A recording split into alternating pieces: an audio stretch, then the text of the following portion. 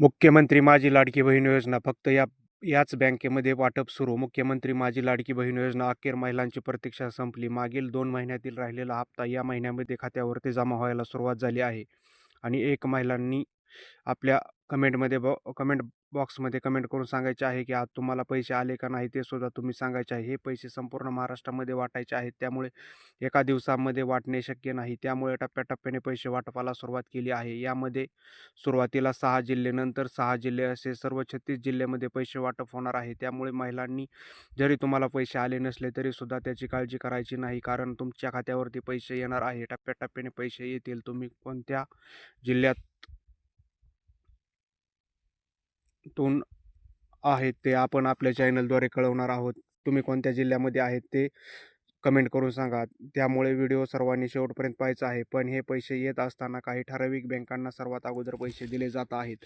त्या कोणत्या बँका आहेत ते आधी पाहू. तर बघा, सर्वात अगोदर ज्या राष्ट्रीयकृत बँका आहेत म्हणजेच मोठ्या बँक, जसे की ज्या ठिकाणी सर्वात अगोदर व्यवहार चालू होते असे सर्वात अगोदर सर्वात मोठ्या बँका होत्या, अशा बँकामध्ये हे पैसे जमा होणार आहे. त्यामुळे कोणती बँक आहे ते पाहू. तर बघा, bank of India, bank of Maharashtra, bank of Baroda, bank of Bharat या सर्व बँकांमध्ये सर्वात अगोदर पाठवायचे आहेत. त्यापैकी तुमची बँक आहे का नाही नक्की कमेंट करून सांगा. किंवा या व्यतिरिक्त तुमचे कुठली बँक आहे ते सुद्धा तुम्ही कमेंट करून सांगा. म्हणजेच आम्हाला समजेल की तुमचे पैसे येणार का नाही. त्याचबरोबर पैसे किती येणार हे देखील सर्वात महत्त्वाचा विषय आहे. कारण अनेक दिवसापासून महिलांना सरकारने आश्वासनं दिली आहे की आम्ही ₹2100 हप्ता देऊ, पण अद्यापही सरकारने ₹2100 हप्ता दिला नाही. त्याचे आता काय होणार हे हे देख नेम हे नेमके देखील पाहणार आहोत. सर्वात अगोदर जुलै महिन्यामध्ये लाडकी बहीण योजना चालू झाली. त्यावेळेस महिलांना ₹1500 हप्त्याने पैसे वाटप चालू केले होते. पण मध्यंतरी निवडणूक लागली आणि सरकारला निवडून येण्यासाठी सरकारने महिलांना आश्वासने दिली की